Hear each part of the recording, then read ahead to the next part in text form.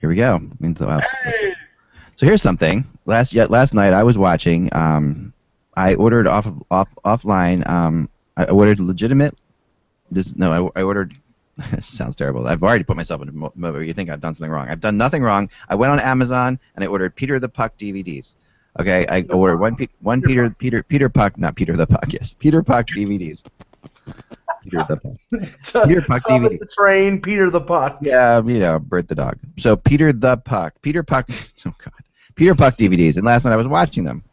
And, they're really interesting because they also take you back to some when the rules were slightly different. Like they talk about a player will get fined if he gets a 5-minute penalty.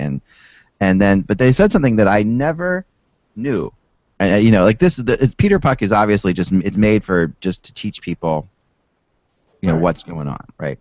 If you who don't know hockey at all. But it said something I never knew, and that is, and I don't know if this is still the case or whatever, but there's a specific amount of time that the goal light goes off when a goal is scored. I never realized. I mean, I didn't know. Like a goal light goes on, and that stays on for a specific amount of time. It stays on for like 2 seconds or 3 seconds, and then 12 seconds, Russ. 12 seconds, according to Peter Puck. The light will stay on for 12 seconds after a goal is scored. Well, obviously that doesn't translate to how long the horn goes after a goal, because I know in certain arenas that horn will go on for 30 seconds. It's so annoying. Oh yeah, no, the goal horns are terrible. Oh God. I mean, there's nothing wrong with the goal horn. I mean, the goal horns are terrible. The only thing I like about the goal horn in Philadelphia, and they have remember they made a big deal of it. They brought in a horn. They're like, this is the horn from a ship, this would go on. It was like they made a whole, we had a press conference. We talked to the horn. We asked them some questions. And, no, but the horn was in there. And the only thing I do like about the horn at the Wells Fargo Center is that you know when you're walking away from the arena early if a goal's been scored. Yeah. You actually hear the horn outside. I don't have any issues with the horns. I don't care how long they go, or I'm not bothered by them. But I got to tell you, the cannon does... startle me always in the cannon. That cannon just seems like too much, So yeah, that is I get definitely startled every time, even though I know it's coming. Like it, that's a great lead-in. Hold on, I actually just finished an article that's going into Beckett probably next month with Ryan Johansson talking about just that, Kevin. That people know it's coming and it still startles them, and he laughs at that. Yeah. No, I don't enjoy that. And I could care less. Like the horns and what songs they play and all that. To me, it's just part of the tradition. I don't even give it a second thought. Like Mike just gave it more thought than I have in my 30 years in the NHL career. I just don't give it any thought. But that darn cannon, I just don't like being blown out of my seat. Well, Russ, in terms of songs, I know what they're chanting, I know what they're saying, but what is that song that the MSG crowd sings after? As far as I know, it's just called the "Let's Go Rangers" song, and it's the that thing. And so I don't know if there's a proper name for it. But I'll tell you, the funniest thing that ever happened to me with that was I was doing an interview in the Flyers locker room. I forget who it was with. May have been Jody Shelley, and we were talking about his time with the Rangers, and Brian Boucher was humming that while I was doing the interview. It was the funniest thing. It really was. I mean, there is no more annoying song than that and Chelsea Dagger, obviously, for Chicago, because it's just the pure repetitiveness of it, plus the fact that the Rangers and the Blackhawks have gone on deep runs into the postseason. So into May, into June, you're hearing those songs, you're hearing those chants, and they just grate on you because you're tired of hearing them. What about the Mortal Kombat song? They always use that a couple times a game. That doesn't bother me. I'm okay with that. To me, that sort of just is symbolic of the arena. It's just part of their tradition. Like that's the way I view it. I don't really get all that hot and bothered by it. But the cannon, on the other hand, if I can be repetitive. Hey, I've got some NHL news of an odd variety. Well, let's start the show, and then you can give us that news, and then I will give later. I'm going to give stuff you should know. How the Blue Jackets got their name. Well, nobody that's listening to the broadcast will enjoy my news, but it is an NHL connection. Well, then definitely definitely present it, Kevin. I'm glad.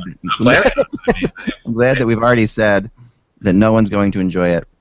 This news. But we're going to present it anyway. Here we go. So let's start the show. Maybe boot off the show for jumping to a different arena.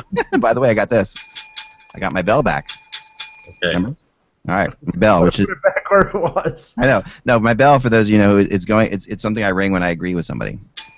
Or it used to be something I agreed whenever someone on the podcast said the word interesting, which I can't, which is so hard, and which I try so hard not to say in a podcast. All right, here we go.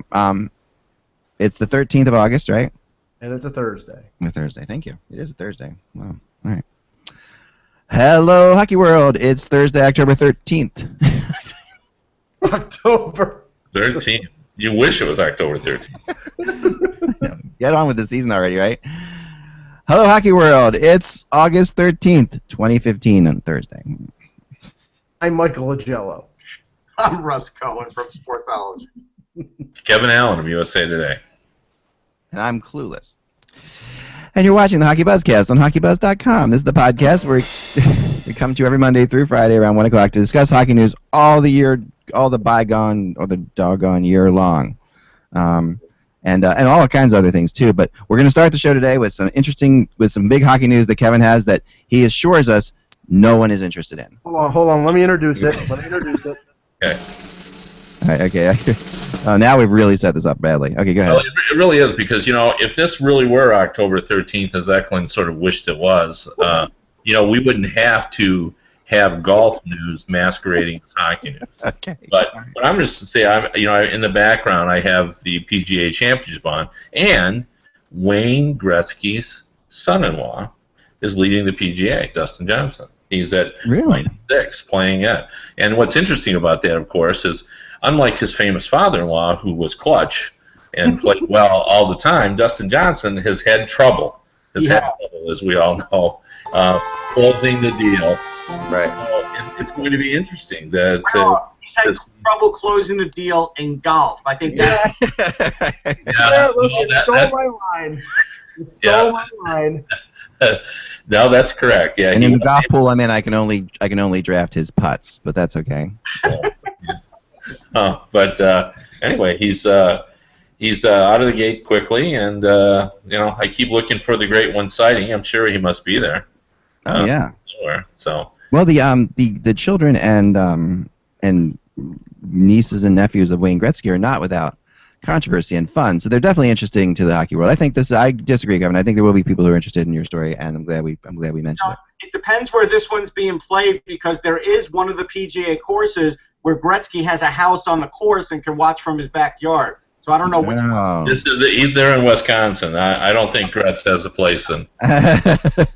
So I'll tell you what, though, if I was Dustin Johnson, I would sit down. Obviously I know Wayne and I know what he's like, but boy, I would tap into the psychology of Wayne Gretzky, because one of the reasons why he was Gretzky is because he did sort of understand.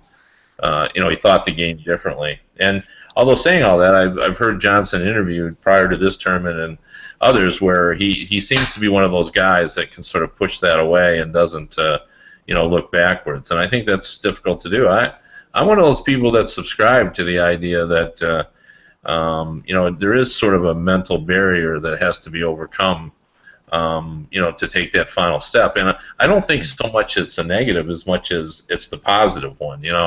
I've talked before about how much I admire the Blackhawks, because I think their greatest skill is just knowing how to survive until they figure out how to win. And I think Wayne Gretzky was like that on an instantaneous basis. Like, he sort of thought the game differently and always was thinking, okay, how can I be successful at this second, at this point?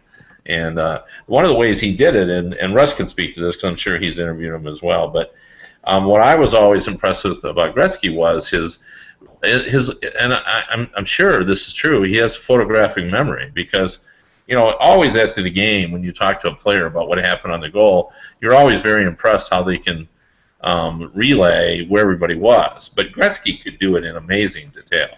Like, he could say, well, so-and-so had just stepped onto the ice, and, their defenseman had slipped in the corner, and so and so had broken their stick, and I knew my teammate had just jumped over the ice. So it actually reminds me of a great story about Igor Larionov. And Igor Larionov, when he played for the Red Wings, got leveled on a big, heavy check. And no one had ever really seen Igor Larionov get leveled by a big, hairy check. And someone said, "How did that happen?" He goes, "I'm not really sure, but they must have had too many men on the ice." And everybody kind of laughed. They thought he was joking. And somebody went back and looked, and Igor was right. He knew where everybody was on the ice, and he lost track of the guy that shouldn't have been there, and that's how he got leveled. That's incredible. Yeah. About Gretzky is I don't think his greatness is transferable in any way to any person, even his own son, Trevor. I just looked him up. He's still in Class A, hitting .253 at the age of 22. Like, I just think it ends with Wayne. It didn't transfer to his brothers. It didn't transfer to anybody in his family, so I don't think it could transfer to Dustin either. That's fair. I think that's an astute observation. I guess my point is you want as much information you can about trying to achieve at the highest levels and the psychology that goes into it. But I think that's an interesting comment you made. I hadn't really thought about it in those terms, but you're right. He had such a unique ability, and it was so innate within him that you might be right. Like, I actually thought as a coach he was a better coach than people thought he was, but where he was good was with younger players. He seemed to struggle with the veterans. I thought he was pretty good as a coach with the younger players. Well, and that sort of leads into, like, I was going to write something about the draft, the upcoming draft, even though we're almost a year away from it, and the large amount of second generation players that are going to be in this draft. Brian Bellows' son, Keith Kachuk's son, Jeff Chikrin, who was an enforcer in the NHL for a couple years. His son Jacob is one of the top 5 rated players in the upcoming draft. So it's it's not something definable where a fantastic player, a generational player like Wayne Gretzky, somebody related to him, is automatically going to have success. But there are other players, like J.P. Parise. His son, I think Zach is probably a better pro hockey player than his dad was. But it's strange how it's sort of hit or miss. Well, look at Max Domi, right? I mean, Max Domi is definitely a better player than his. Well, they're different players, I think a lot of times the dad influences. Like I'm sure Max didn't want his son to grow up to be a tough guy. Yeah, I agree. I'm just guessing, on that, but and I think there were I've seen stories in Major League Baseball where the dad was a catcher, and he said, one of the things I told my kid is you're not going to be a catcher. So. Yeah. I mean, look, there are very few cases like Brett Hull and Bobby Hull where they're both almost equal and both Hall of Famers in any sport. Like, it's so rare. Yeah. But a lot of times what I seem to find is that if the dad played in the NHL but was sort of like an okay player, an everyday player, or even a marginal player, the son usually ends up being better because the dad had to be so good and a hard work ethic and everything else that he was able to transfer that hard work ethic to his kid. Because a lot of time it is about work ethic, and then talent is talent. Like, either you have it or you don't. Yeah, I would agree with that. Brett Hall, obviously, I did his book. It was the first book I ever wrote. It was many years ago. But one of the things he told me that Brett and his dad had a contentious relationship. They just didn't see each other a lot. Maybe contentious is too strong, but because he was living in Vancouver with his mother, and his dad was living elsewhere, so they didn't see each other that much. But I remember asking him about, did he get anything from his dad? And he said he remembered a conversation he had with his dad that he always took to heart. His dad had told him, whenever you think you're most out of the play is when you are actually most dangerous. And if you think about that's true, because when you are out of it and you're the play is happening near the net and you're far away, everybody has lost track of you, is the point. Right. And so you can arrive late and then be into it. And one of the things that Brett did which I've never seen really anybody else do, is Brett used to enter the zone and then button hook and come back out of the zone and then curl back into the zone.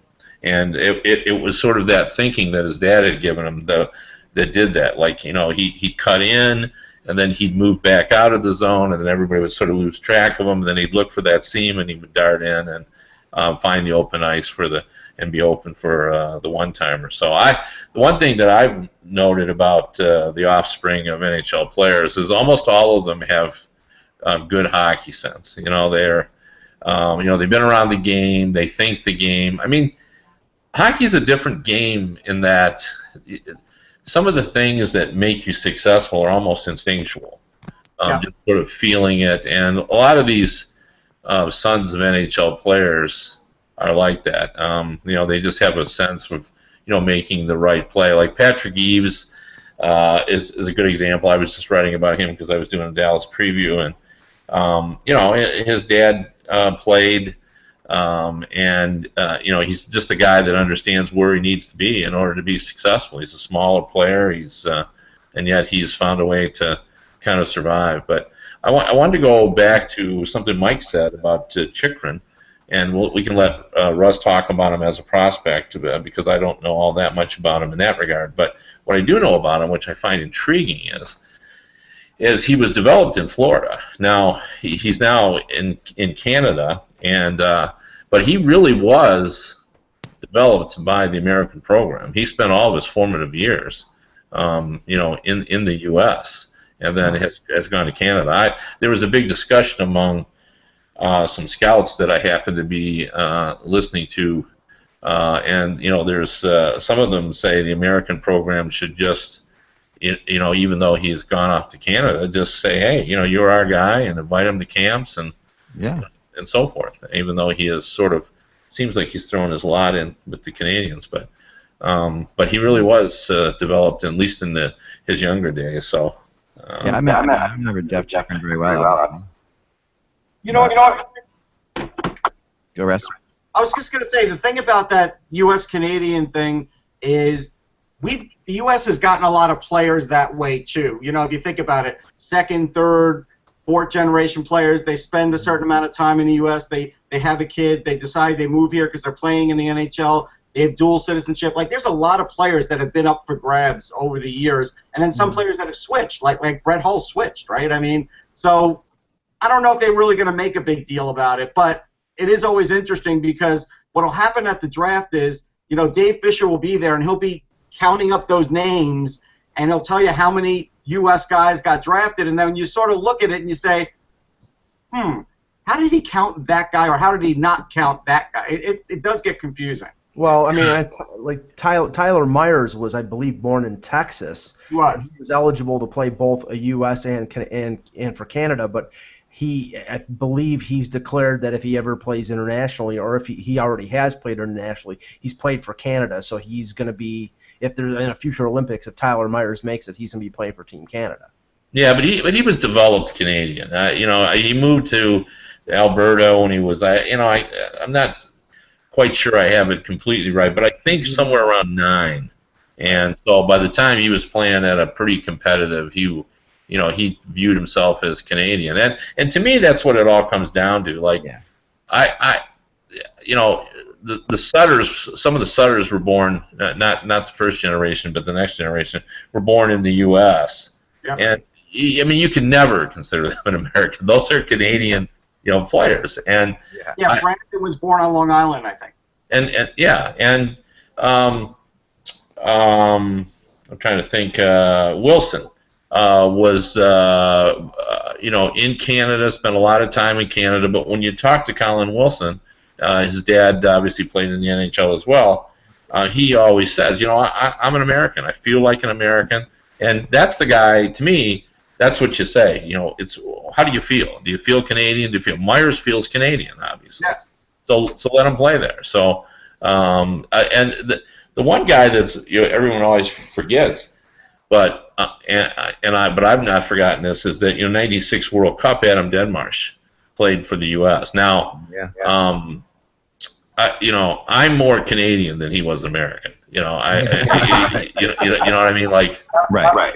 you know, this was a Canadian player. I can't remember what the deal was, his mother or something.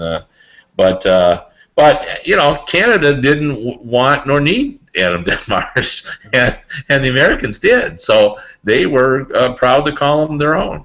And this is something that happens in other sports all the time, right? I mean, you know, like we see, like how many players in the women's soccer World Cup were Americans, basically, like kids that could grow up playing in America, but you know they had a family who was from Chile or whatever, and then they end up playing. But they were all raised and they grew up playing soccer in America. You know that, and this is the same. You know, we've seen this in other sports as well. Well, the one I always found the most interesting was Paul Stastny. The fact that Peter was born in Czechoslovakia, played internationally until for them until he came and played for the Nordiques.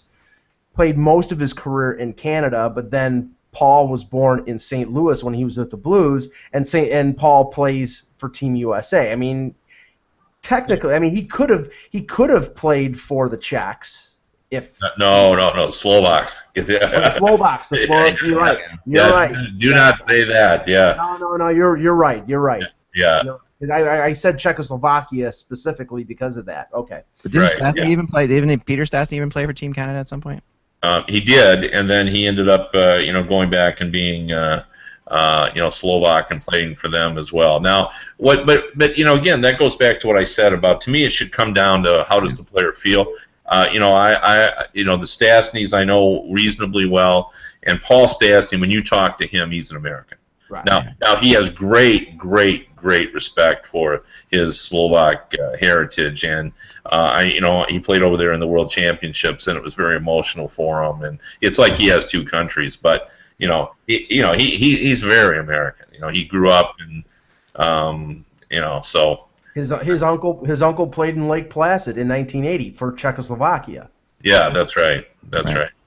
Right, and remember the Stastnys is his dad. They when they left, they got out of there. You know, they were smuggled out of basically. Weren't they a group like wasn't Peter Marion and Anton they were defectors, right? They were big time defectors. Yeah, I mean, it was just the anniversary recently of Sergei Fedorov. I mean, that's forgotten now that McGillney was declared a deserter from the Russian military when he played in Buffalo, and Fedorov had to be spirited out. Peter Klima. I mean, it's the Peter Klima was 16. Yeah, Peter Klima. The story of him leaving to get to the Red Wings. It sounds like a James Bond. Yeah, that's a great story. The plot of it's really incredible. So I said on a previous webcast they should make a Hollywood movie about the Alexander McGillney situation with the Sabres.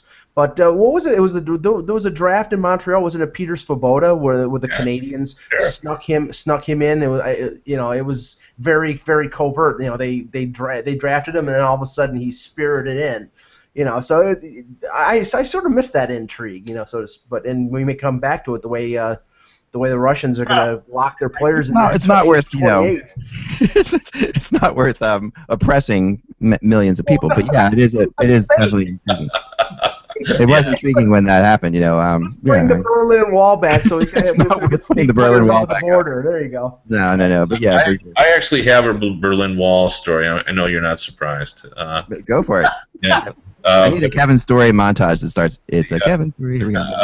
But in 1992, after the Olympic Games, which wasn't that long after the wall had fallen, my wife and I took a vacation to Germany, and we had been in Berlin. And as is my habit, I get up very early in the morning, and my wife got up with me, and I took a walk to by where the Brandenburg Gate, stands, and there was a old Russian soldier selling his military watch and some of his medals and all that, and I was intrigued by it all, so I walked up to him, and he spoke no English, and I spoke even less Russian, and it was clear he was trying to sell me all that stuff, so we ended up negotiating. Both of us spoke just enough German to be dangerous, and we negotiated what should have been a 12-second negotiation, went on for 5, 6, 7, 8 minutes as we tried to sort through and figure out in our head just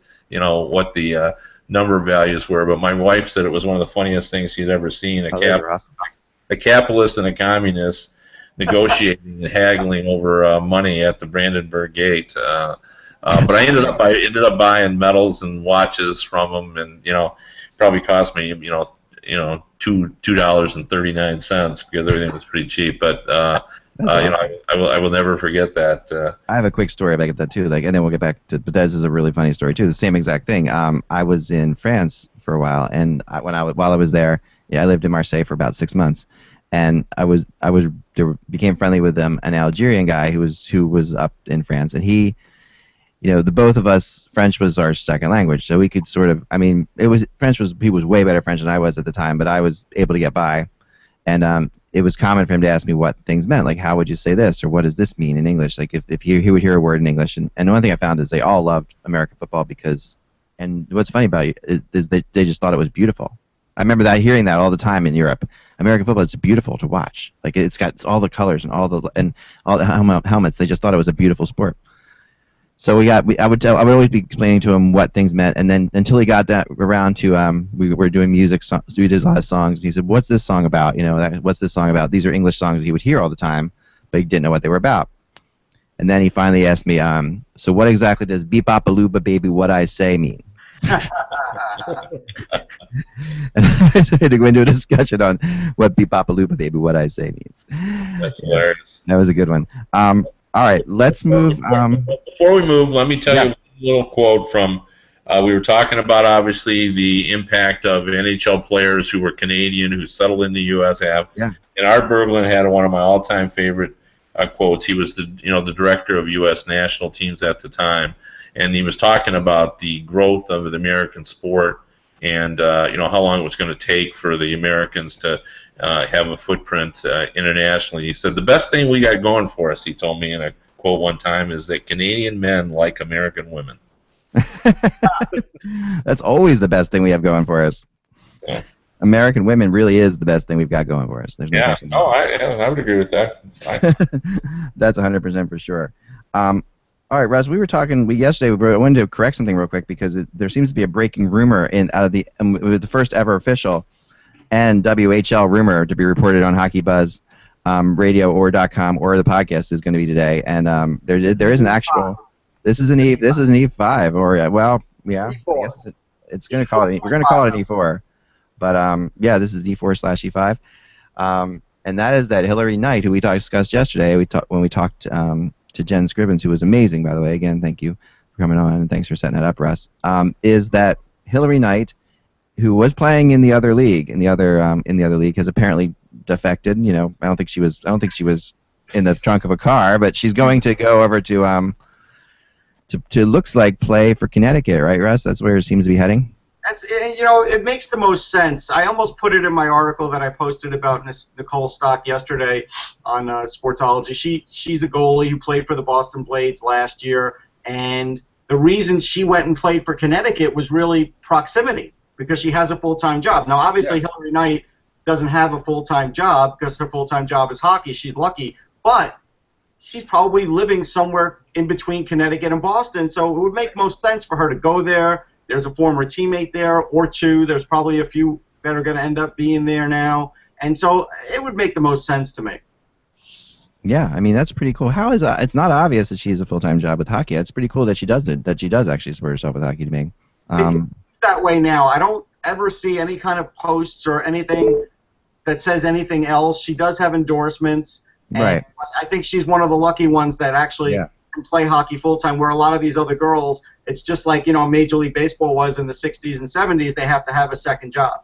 Yeah, I'm sure, and that's so. This is so we Hillary Knight to Connecticut, to the Connecticut Whale, E4, we'll say for now. Yeah, E4. All right, we'll call it that. But that's awesome, and really, really good. And that'll be fun. That'll be a fun thing to follow as well. And the more we did have a really good discussion yesterday about whether the league needs the stars or competitiveness. Like Kevin really thinks they do need stars, and this is definitely a star, Kevin. Although maybe not. I don't know. She's big. I mean, she's going to win the scoring championship. I mean, you can say that. And she's a great player, to be sure. So, and I think, as I said yesterday, I think you need that. I think what draws us in sports that we're not familiar with is a dominant player. You know, as I brought out, I was not a golf fan, but I got interested in Tiger Woods' greatness, and I started to watch it. And I got a little interested in it. I'm not a big tennis fan, but Serena Williams and Venus Williams interested me because they were so dominant. And I think the same is true for women's hockey. If Hillary Knight comes in and everybody else has 40 points and she has 65, people are going to want to know why and what makes her better, and they'll tune in. Right. You know, No, it's going to be great. I think now this could open the floodgates, though, because when the NWHL started, there's a lot of players still under contract in the CWHL. But now it seems like because they weren't getting paid there, that maybe there are outs in their contract that says, hey, if they get a paying gig, that they can leave. I don't know. I don't know the particulars, but if we see a few more players jump, then we'll have to figure that, this is going to start happening in more frequency, and then this will even build this league up even more. There are women playing in some of the men's professional leagues, correct? I mean, at the lower levels? Yes. Yeah, they're in the East Coast Hockey League. There's for sure a goalie. The goalie from Canada, right? Doesn't she? What's her name? Gosh, I can't remember. And in Sabatos? Yes, yeah. I mean, she plays professionally. I think. Did she play in the WHL actually, Russ? I don't think it's the WHL. No. I thought she was the only woman ever to play in that league. Might have been the BCHL, but I'll check. Yeah, it might have been that. Somebody was playing in Columbus. Right. Yeah. So I've lost track of it too, but That's the Central Hockey League. Yeah. Right. Yeah, we've had players, as I brought up yesterday. Women play. I mean, Erin Whitten and Kelly Dyer. Kelly Dyer played down in Florida. Kelly Dyer was one of the pioneers. Like she was, I believe. And maybe Russ knows the story. Wasn't Kelly Dyer Tom Barrasso's backup in high school? I thought I heard something about that. I don't remember. It's been so long. I think so. I think that's accurate, that she once backed up Tom Barrasso. But she played down in minor league hockey down in Florida, and Erin Whitten played, I want to say she actually had a couple of games in the AHL, but she played somewhere in the minors anyway. And Ruggiero played, and she's the only non-goalie, I think. Well, I could be wrong on that. But she played in the Central League. She played down. I think her brother was playing down there, as I recall. And I've written stories on it, but it was so long ago I've kind of lost track of it. But she played, took a regular shift, I think, in the Central League on defense.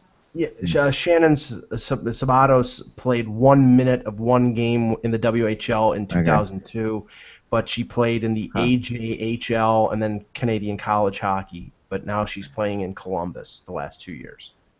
And I wonder if there'll be pressure on her to come and play in this league. I mean, it makes sense. I mean, this would probably be the place that she should go to play. Well, I don't know. I mean, you could look at it from two different ways. She may feel that she's playing at a higher level right now until the NWHL gets off the ground and gets to be at a better level, because a lot of the players in the NWHL are coming out of college, so they're young. There's a lot of green players. They're signing as many veterans as they can, but because a lot of them are in the other league, they're not going to have veteran-laden teams. No way. I don't know a lot about this, so about the women's league, and maybe she's already involved. But if she isn't, the person they need to get involved is Manon Rhéaume. Manon Rhéaume is coaching. I know that. So. She is, she's very high profile, well spoken. I've known her for a very long time. I've done several interviews with her, and she would bring some notoriety to it. So I think that if she's not involved, they need to get her involved. Like if she was a coach of one of the teams, and even some of the the past stars of the game. Unfortunately, Cam Granado lives, I believe, in Vancouver, so that's not going to happen. But there are some other top players with some name recognition that you could get involved as well. You got to do whatever you can to market it, because they really should. And there's players, and they are doing some good things. There are some good posts. Follow them on Instagram. Follow them on Twitter. They've got some really good stuff that they put up there. Really good Instagram picture, that they put up this morning. of women playing. It looked like in the 20s, like playing ice hockey, wearing these really crazy outfits. But it was a really cool picture. Definitely check them out. I want to get into my blog from today a little bit because today I discussed what I think is going to be one of the most interesting stories as the year goes on, which is Eric Staal and Cam Ward. And the reason being is I had some talks. Now there have been Ron Francis at this point is basically saying all the right things in terms of the fact he's like they're going into their final year of their contracts, both these players, and both these players have, are obviously this is like Bernie Perrant, Bobby Clark, or this is to that franchise. These are two very, very important players, two players that raised the Stanley Cup for this team. And even though Eric Staal wasn't the captain of the team that won the Stanley Cup, Eric Staal was the player on that team, and the best player on that team, right? So. But now Francis is looking at it, and these guys' contracts are coming up, and is he going to extend them or not? Does extending them make any sense with a team like Carolina, where Carolina is not going to necessarily be a powerhouse if you're signing these guys to a longer contract when these guys are still young? Mm-hmm. And then you have two players who are, would have been traded by now, in my opinion, had their contracts been relatively reasonable, or had they ever been on their final year of a contract before these guys would have been traded. But now they're on their final year of their contract. Kevin, do you think they make it the year in Carolina? What do you think? Where do you think? Well, I think Staal and Ward are two different kinds of players. Yeah. Eric Staal is highly desirable. They'll get a lot for him. I think they would like to sign him. I think Eric Staal in fact, I know he likes playing in Carolina. I know they would like to sign him, but the money just may be too far, too much for them. I mean, as a general rule, and I was just thinking about this today, as a general rule, teams keep their free agents. I started to go through, and I'm going to actually try to figure out a percentage because we talked yesterday about Kopitar. Yeah. And as a general rule, you keep it unless there's special circumstances, like Zach Parise in New Jersey, Ryan Suter in Nashville. Mm-hmm. Those are big-time names that, go elsewhere. Well, I think Staal could be in their category for a different reason. Parise wanted to go home and told Lou Lamoriello that. I think Ryan Suter was ready to have his own team, and he was sort of playing in Weber's shadow, and his wife was from Minnesota, so that was a special circumstance. I think the special circumstance in Carolina would be, I think the team is for sale. I think they're living on a tight budget. What they can afford to pay is really below what he's worth. Yeah. So for that reason, I'm tending to believe he will be traded before the trade deadline. And Cam Ward is, he's just not that marketable. I think people view him as an average or below average goalie. I don't think it's that big a deal. Like if he wanted to stay on a short contract, maybe they would, but that's not the same. The angst over the Cam Ward situation. It doesn't matter whether they get anything for Cam Ward because they really wouldn't get much anyway. I agree. Cam Ward's definitely different. The only thing I'll say on Cam Ward's part, and just to play a little devil's advocate, and is that if you're a team going into the playoffs with a goalie like a Pekka Rinne and you need a backup because you got a guy like Carter Hutton behind you. No. What I'm really trying to say is there we go. Cam Ward. No, I know, but Cam Ward has been very good in the playoffs, right? And then there's something. Cam Ward has playoff experience. He's the kind of guy you could bring in. Not much. I know. He won a Conn Smythe, but I think he only played in the playoffs one other time. Right. But he did win a Conn Smythe. He did show that he could, and 10 years ago. Yeah. No, it's 10 years ago now for sure. But here's the difficulty in that situation, and with both these players, his cap hit is $6.3 million. The most that they can eat is half of that. So you're talking about a $3.15 million backup for a team that's looking for a veteran backup. You can find somebody that you can fit under your cap a lot cheaper than that at the deadline. Eric Staal is turning 31. His cap hit is $8.25 million. So again, if Ron Francis wants to maximize his return, and a team that is probably going to be a contender for the Stanley Cup would to want to add a big center like Eric Staal, say a team like Montreal who needs a size up the middle. Carolina will probably have to eat half that contract. And, the question is whether Montreal thinks that Staal for that short time period is worth, that the cap availability that they have. Plus, they're probably going to have to give up 2 or 3 of their top prospects to get Eric Staal. So I don't know how well-positioned Carolina is to trade these guys simply because the cap hits are so heavy. Here's the thing about Cam Ward, though. I mean, he had a good year last year, a .910 save percentage on a team with no defense. Yeah. But you're talking about a minimal draft pick, and I agree. I think that with Mike, the contract is too much. Well, Carolina takes half of Cam Ward's contract. It's suddenly right. I get the deadline, Carolina paying a portion, but I could see Ward going somewhere because if he had a similar year than he did last year, a team with better defense would get a better return out of Cam Ward. There's no doubt about it. Yeah. Well, I guess my only point is not to demean Cam Ward is that that's just not a I don't think there's great concern over what happens there as there is in Eric Staal, but I do think they're going to be able to trade Eric Staal.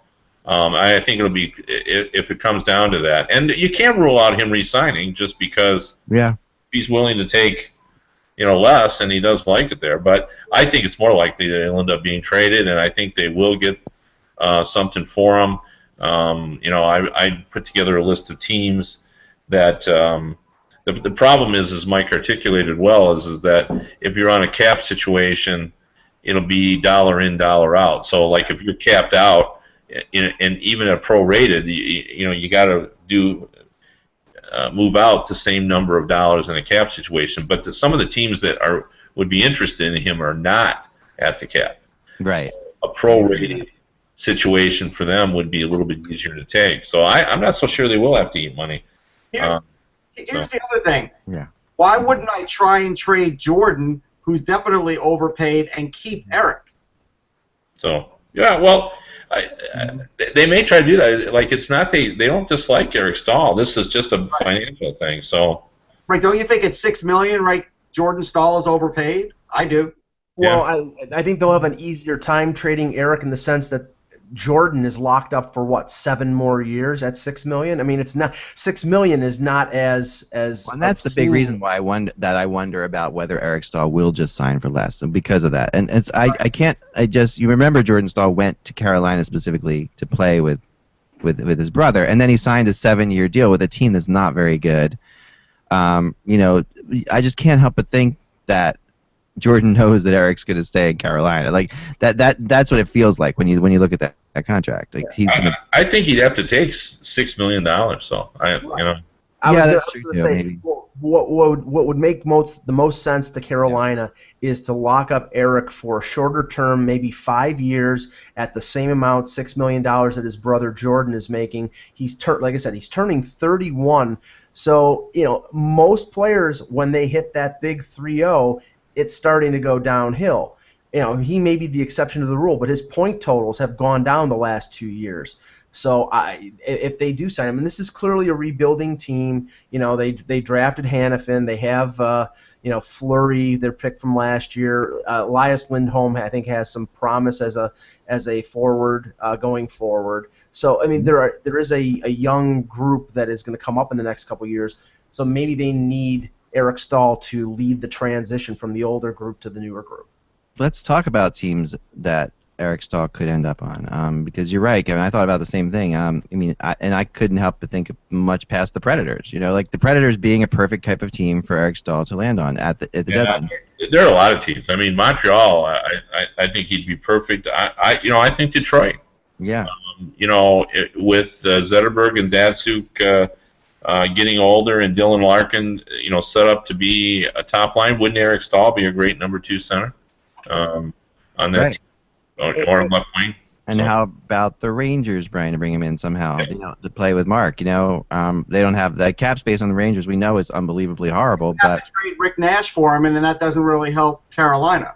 Yeah, no, that's right. So I did not have him on the Rangers list, but there are a lot of teams that he would fit well in. I mean, What about Florida, moving him into the wing to play with those young centers? They have plenty of cap space. Arizona.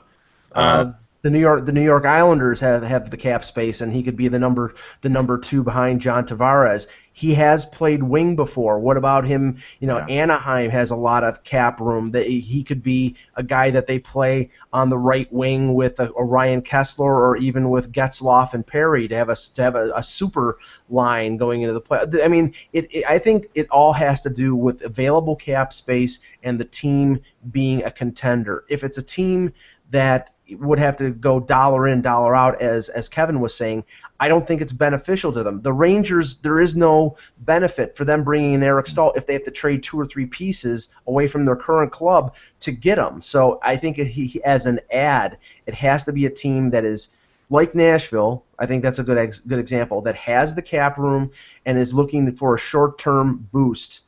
And he would provide some offense. As you say that, Mike, I'm sitting here thinking of a scenario, right? Rick Nash goes down with an injury, 2 months into the season, and suddenly this becomes like the Patrick Kane, Antoine Vermette situation, where the Rangers have money to do this, could sit there and make something like that happen. I mean, there are scenarios that could. Possibility, but that scenario exists with Pittsburgh too. It exists with lots of teams, obviously. Yeah. I'm just looking at teams that are going to move Eric Staal. For Eric Staal, are going to have to give up a lot, like we said. There's going to be a lot of prospects or picks. And that's why I think the Islanders are out. They are not in the mode anymore of giving up a lot of prospects. They don't do right. Now you have to look at teams that are more desperate, like we talked about yesterday. Teams that are, whose window is closing, right? Who aren't looking towards the future. So that's why I go to the Rangers. Not that the Rangers window is closing, but they really are not hung up on the future. I mean, they're trying to win now. Obviously, now they might not have any draft picks to make this play, or make this move right now. But and I look at Nashville as a team that's in that situation too. Like I feel like this is a majorly important year for the Nashville Predators, more than ever before. Perhaps there really is pressure on them to go maybe to a conference final and actually make something happen. And Russ, I agree with your analysis of the Islanders that they wouldn't want to trade prospects, but they do have players who are coming up for contracts that are gonna cost them more, like Brock Nelson, like Anders Lee, who come up or are coming up on deals. And if they are and they start costing them more, then maybe they move one of those guys because they have a Del Cole coming in the next year or two, because they have other prospects coming up. Yeah, I don't think they would move Nelson. Could they move Anders Lee? Sure. Yeah, there's no. I mean, you wouldn't consider trading Brock Nelson for Eric. No. I mean, and does really quickly as an aside, I did a podcast the other day with I was on an Islanders podcast with John Jordan and BD Galliff, and I stopped and I was on there, and we talked a little bit about Kyle Okposo, and it's amazing to me what's happened with Kyle Okposo on the island. Like the both of them were acting as if that the Islanders need to trade him. Like that these are 2 Islanders people. They need to move him. They need to get him out of there. He's asking for too much money or what have you, and they can't afford to pay him. I still think that he's being drastically undervalued by the Islanders if that's the case. I don't understand that too. I mean, there's been an undercurrent that he's going to be traded, and to me, he's part of why I like the Islanders. Right. They have the guys now in the top 6 that are, and in addition to scoring goals, he's big, and you need those kind of guys to be successful in the NHL. So yeah, but got your finger on the pulse, Kevin. Really big on this. Does Okposo have a good shot at the World Cup of Hockey for the U.S. team? Well, he's a borderline player, and not because he's a he's not an effective player. The problem is, you cannot Patrick Kane and Phil Kessel, presuming everything is okay with Patrick Kane, those are the first 2 right wings, and I've had readers say, well, Phil Kessel's not going to make the team. Are you kidding me? Yeah. I mean, Phil Kessel had what everybody says was a horrendous season last year, and he scored 25 goals. Right. And I just was talking to Jim Johansson, they went over the Russia game last year, and he said he was looking at. They broke down the players, the individual players. They were talking about the Russia game in the 2014 Olympics, and he said, even though Kessel didn't score, he played a great game. He looked at the film and broke it down, and he played well. Well, with his speed and big ice and our international experience, not big ice for World Cup, he's going to be there. So I think if Okposo gets in, it'll be a fourth line role or the 13th forward. Gotcha. Falling down a well, Mike. Sorry, we'll get you out. I'll log off and come back in. No problem. Russ, your thoughts on Okposo? He is a very good player. His consistency has been the issue, and I think he would have to prove the consistency this year to get there. I think that's really what it boils down to for him. He does have talent. He is a guy they'd like to have, but consistency is the issue, and then that's what they would worry about in a tournament, consistency. We've seen it fall off for him. Well, he has never scored in international competition. Right.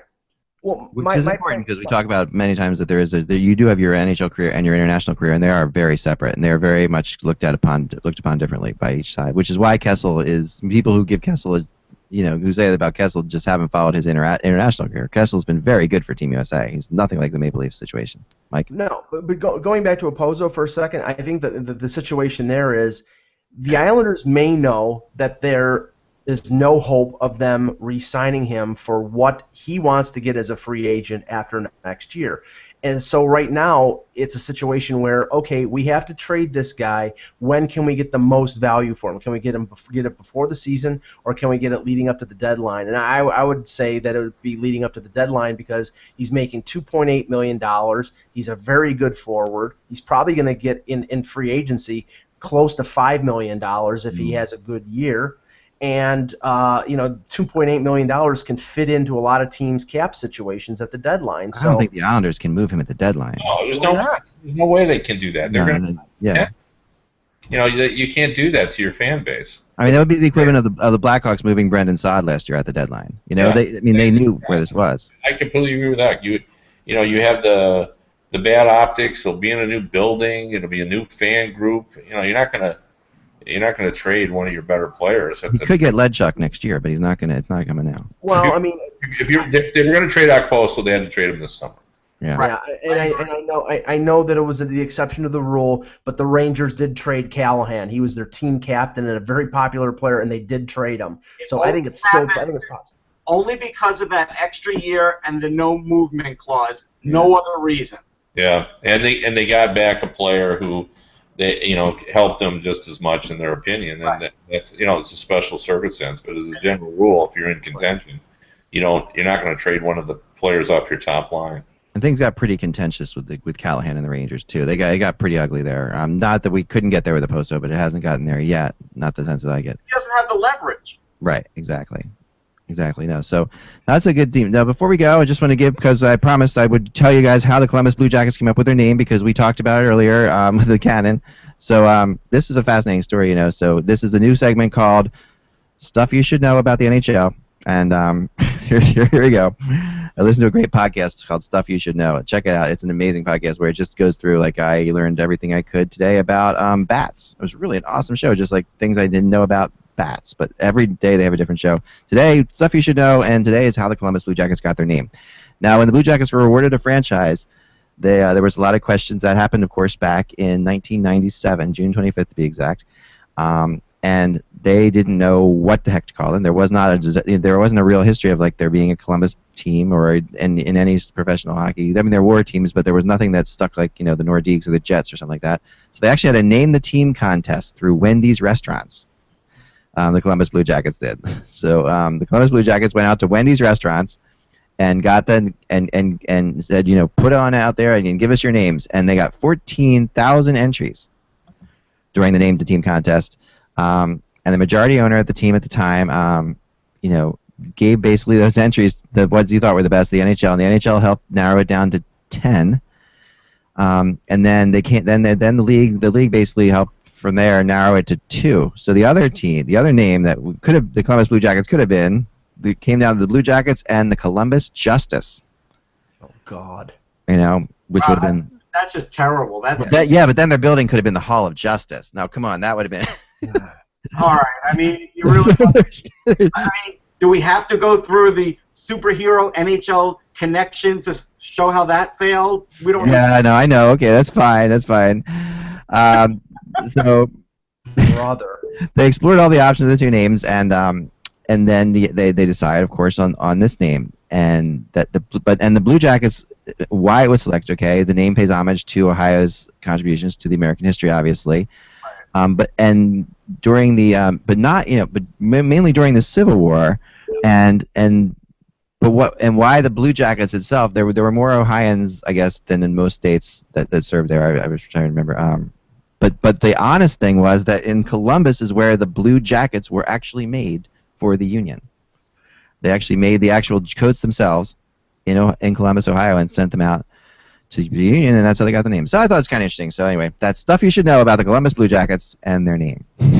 Well, as everyone knows, I live in Michigan, and obviously Ohio is our rival state, and there because of the football, right. Michigan, Ohio State, and two stories that would tell about that. I just put on my Facebook. I was down at the battlefield at Vicksburg touring it, and I took note of the fact that in the battle lines of the Union, there were a bunch of artillery units, and there was about 7 or 8 Ohio, and right in the middle of it was one Michigan unit. And of course, I put on Facebook, that the only conclusion I could draw was that one Michigan unit was worth 7 Ohio units. That's the only conclusion. That's the only conclusion you could draw. And of course, I got plenty of response from my Ohio friends. For sure. And then Saturday, while I was driving on the New York Thruway, it was 6:30 in the morning, and I drove up, and I'm paying my toll, and the woman said to me, "I see by your license plate that you're an Ohioan, a fellow Ohioan." And I said, "No, actually, I'm from Michigan." And she said, "And you accepted an Ohio car?" And I said, "Yes." She goes, If I rented a car and they tried to give me a Michigan car, I would turn it back in." So, that's excellent. I still think the funniest thing is that in 2004, when George W. Bush was running for re-election against John Kerry was he was campaigning in Ohio and Michigan, two of the states that would have been very important for him to carry if he was going to win. And he was going back and forth between the states, and apparently in a couple appearances in Ohio, he accidentally said, "Go Wolverines." And he lost Ohio by less than 100,000 votes. So just think, that slip of the tongue may have cost John Kerry the presidency 11 years ago. I mean, yeah, what you should have said, Kevin, is they'll only take this car if you give us back Dayton, right? Because Dayton is that's a big deal. People don't realize that Dayton was a battle between Michigan and Ohio, right? The city of Dayton. I'm not aware of that. Oh yeah, no, that was originally in Michigan. Dayton was, and so that was a battle that took place, and there's a whole history there. It's really fascinating. Michigan was saying, "You take them," and Ohio says, "No, you take them." No. it was everyone wanted Dayton, and that was a big deal. So good stuff indeed. Yeah, we watched that on How the States Got Their Shapes, a great show on TV that we watch every night here at the Homestead. And last night we watched, by the way, before we go, last night we watched the meteor shower, and something I really recommend that you guys, it's still going on. It's not like, it's not like a one-night only engagement. The meteor shower, we're still going through the meteors. Last night was the big, they make it like last night was the highlight of the meteor shower because it was the most meteors, but still. How did you watch it? What was that? How did you watch it? Oh, of course we got in our spaceship and we flew around. No, we Yes. All you need is a good old-fashioned lawn chair and a backyard, and you go out there. And if your kids can stand the boredom, which is really something I realized last night, our children are very, very much too stimulated. But yeah, we're just sitting there watching the skies. I used to be in the astronomy club when I was a kid, so I love this stuff. So I was out there. You didn't need a big telescope. You could. No, you can just watch them, and this is the Pleiades meteor shower, which means and as opposed to what most people think about meteor showers, their meteors are not attacking the Earth. Our Earth is actually moving through the meteor belt, right? So that's what's happening. So we're going through the meteor belt, and the Pleiades meteor shower. All you have to do is look towards the northeast where Cassiopeia is, and that's the easiest constellation to find in the sky because it's just a big W. It looks like Wario from from Nintendo. Russ, Big W. I guess I gotta watch Armageddon again. Yeah, so what Right. time do I have to do this at? Anytime when it's dark, and the darker the better. So we if you're up at midnight, that's the best time to go out there. Just hit on the lawn, and you will see. Last night we went out there and we saw on the lawn and we saw about 40 shooting stars in about 90 minutes, and literally some of them are big bright fireballs like that you can't miss. How you see a shooting star in the sky, you're like, oh, did you see that? And someone might not see it. These were the things that took your attention away. This was like there's that kind of thing. Some of them are really big and bright, and they actually make sense. You can actually hear. It doesn't sound exciting enough. I'm sorry. And even my father-in-law was a great enthusiast. He had a telescope. Rowan University's got a big Palladium. If I could get into the Rowan University area, How could it not be exciting? These things are traveling at 25,000 miles per hour. My wife went last night. Did she? Oh yeah, yeah. It's amazing. Yeah. I mean, any one of these could be the reason we took out the dinosaurs. That's all I can say. I've obviously Google doesn't want me to talk about this, but yeah, I think that anyway. Remember, without the buzz, it is just hockey, and without meteors, there is no universe. Talk to you later.